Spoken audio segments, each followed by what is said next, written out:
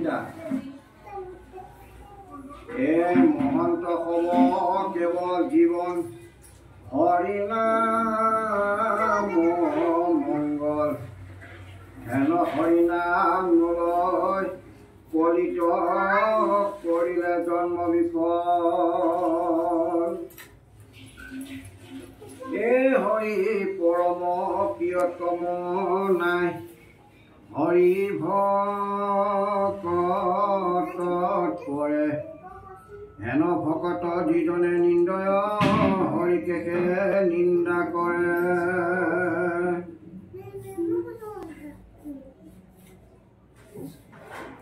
এৰাম হৰি ভকত দুখ নধয় যমকাল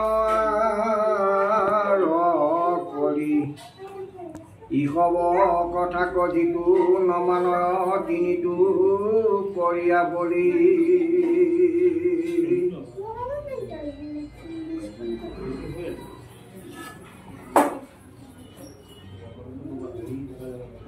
আমাক হৰিনাম ল'বলৈ কৈছে গতিকে আমাৰ যদি হৰি নাম নলওঁ গতিকে আমাৰ জীৱনটো বিফল হ'ব হৰি পৰম প্ৰিয়তম হৰি ভকতক পৰে হেন ভকত যিজনে নিন্দা ভকতিয়ে হৰিকে নিন্দা কৰে যদি আমি হৰি ভকতজনক বিষ্ণু ভকতজনক আমি যদি নিন্দা কৰোঁ ভগৱানক নিন্দা কৰিবলগীয়া কোনো কথা নাই এই ভগৱানকো নিন্দা কৰা হৈছে সেইকাৰণে ইয়াত কৈছে গতিকে ভকতেই ভগৱন্ত ভগৱন্তেই ভকত গতিকে সেই ভকতক হেৰিয়া নিন্দা কৰিব নালাগে আমি ভগৱানক ভাল পাই পেলাই ভকতক যদি ভাল বেয়া পাওঁ কোনো লাভ নাই গতিকে ভকতেই ভগৱন্ত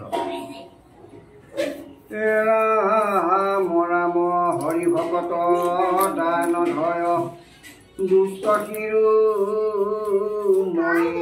কৰি হেন ভকত কিঞ্চিত সিদ্ধ সদনে থাকে আকোৱালি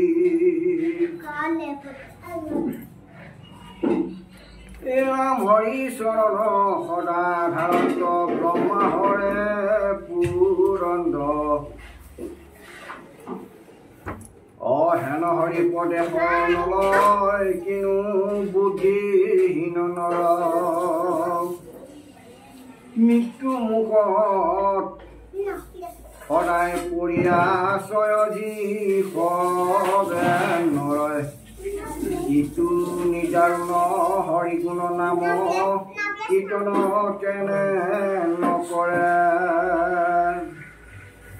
আমি মনুষ্যৰূপী মানুহবোৰ সদায় মৃত্যুমুখী মানুহ জীৱই মাত্ৰ মৃত্যু গতিকে এই কালত আমি যদি হৰি ভকতিক হৰিক যদি চিন্তা নকৰোঁ তেতিয়া আমাৰ কি হ'ব হেন হৰি পদে শৰণ নলয় কিনো বুদ্ধিহীন নলয় গতিকে আমি প্ৰথমতে আমি হৰিক শৰণ ল'ব লাগিব প্ৰথম পৰ্যায়ত হৰিত শৰণ লোৱাৰ পাছতহে আমাৰ মৃত্যু মুখত পৰি থকা জীৱটো আমাৰ গতি খাব লাগিব যদি শৰণ লোৱা মানুহ এজনে এতিয়া পাত এটাত বা ক'ৰবাত কোনোবা এখনৰ জেগাত গোবৰলৈ হ'লেও সেই গুৰু আশ্ৰয় নল'লে কোনো তাৰ কাম সিদ্ধি নহয় গুৰু আশ্ৰয় ল'ব লাগিবই গতিকে আমি ভগৱান কৃষ্ণই শান্তিপুনি মুনিৰ ওচৰত শৰণ লৈছে আমাক দেখুৱাই দিছে যে শৰণ বস্তুটো তুমি গুৰু আশ্ৰয় ল'বই লাগিব কোনো পধ্যেই নাই গুৰু আশ্ৰয় নহ'লে কোনো সাৰিব নোৱাৰিব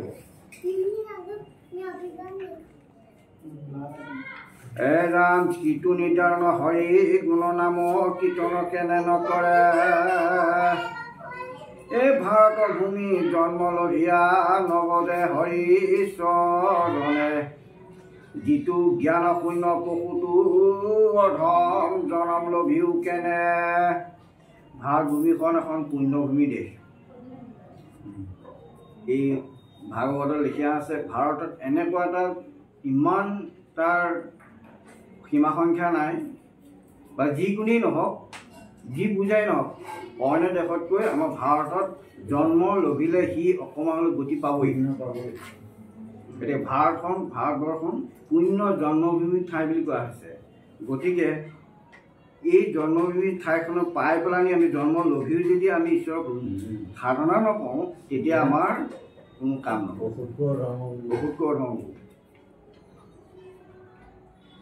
মুকুতি সুখকো তেজি মহাজনে সদায় ৰাম নাম ধৰে, হেন হৰি নাম সুখ তেজি কুমুতি মনুষ্য মৰে। মুকুতি সুখকো তেজি মহাজন সদায় ৰাম নাম ধৰে বুলি কৈছে। মুক্তি সদায় ভকতজনে, এজন ভকতে সদায় মুক্তি নিবিচাৰে, তেওঁ সদায় ৰাম নামে গাবলৈ বিচাৰে। মুক্তি 5 প্ৰকাৰ আছে। সেই 5 প্ৰকাৰটো হৈছে বহলা নকৰে। মুক্তি 5 প্ৰকাৰটো আমি ভকতজন প্ৰকৃত ভকতে নিবিচাৰে। সেয়ে অকল ৰাম নাম বা ঈশ্বৰৰ ভকতক ভকতি কৰিব কাৰণে সেৱাহে বিচাৰে। মোক আৰু নাম দিয়া, মোক নাম গাব কাৰণে তোমাৰ চৰণত ঠাই দিয়া, মোক ভকতি বা মোক তোমাৰ ওচৰৰ পৰা আঁতৰাই নিদিবা, সেইটোৱে বিচাৰে। কিন্তু তেওঁ কোনোবা ধৰণৰ কৃষ্ণৰ দৰে তোমাৰ সুন্দৰ চেহেৰা, ধন সম্পত্তি বা কৃষ্ণৰ দৰে ধন সম্পত্তি বা কৃষ্ণৰ দৰে বলৱান, এইবিলাক নিবিচাৰে। সেইটোকে কৈছে। সেইটো কাৰণে এতিয়া নাওঁতে ওলাই কোৱা নাই জানো, প্ৰভু আপোনাৰ নাম ল'বলৈ যাতে মোক শক্তি দিয়ক। এই আমাৰো তেনেকৈ কৈ আছে, আমি এতিয়া বুজি নাপাওঁ। বা হে ৰাম হে হৰি নাম মুকুতি সুখকো তেজি মহাজনে ৰাম নাম কৰে আশা। এই হেৰ হৰি নাম নলৈ কেমনে কৰে মলমতি নাশা। মুখ ভৰি ভৰি বোলা হৰি অক্ষ পুণ্য খানচা। ৰাম নাভাবিবানে আন আচৰিয়া কেনে আপোনাক বঞ্চা। ৰাম ভৰি ভৰি বোলা ৰাম ৰাম অক্ষ পুণ্য খানচা মানে জমা কৰা। এতিয়া আমি ৰুমৰ পৰা ওলাই যোৱাৰ পাছত বিভিন্ন চিন্তাবোৰ আহি থাকে। এজন মানুহৰ ঘণ্টাত আমেৰিকা এজনে গৱেষণা কৰিছিলে 1200ৰ পৰা 60,000 চিন্তা আহে। গতিকে চিন্তাটো মানুহে কৰিব নোৱাৰে। গতিকে তুমি যদি ৰাম নাম ৰাম নাম ৰাম কৃষ্ণ কৃষ্ণ ৰাম ৰাম বা যিয়ে নহয় কৃষ্ণ কৃষ্ণ প্ৰভু কৃষ্ণ কৃষ্ণ প্ৰভু কিবাকিবি ৰাম এটা বা কৃষ্ণৰ কথা বা কৃষ্ণ এনেকুৱা আছিলে, এই যি বস্তুটো যদি আমি সদায় অনুভৱ কৰোঁ, গাবলৈ শিকোঁ, তেতিয়া এই বেলেগ চিন্তাবোৰ আহি সোমাই নাথাকে। তেতিয়া তুমি কি হয়, তুমি বিপদত পৰিলেও তুমি দৌৰি যাব পাৰিবা। সেইকাৰণে আৰু এই নাম অক্ষয় পুণ্য খানচা বুলি কৈছে। ই অক্ষয়, ই কেতিয়াও ক্ষয় নহয়।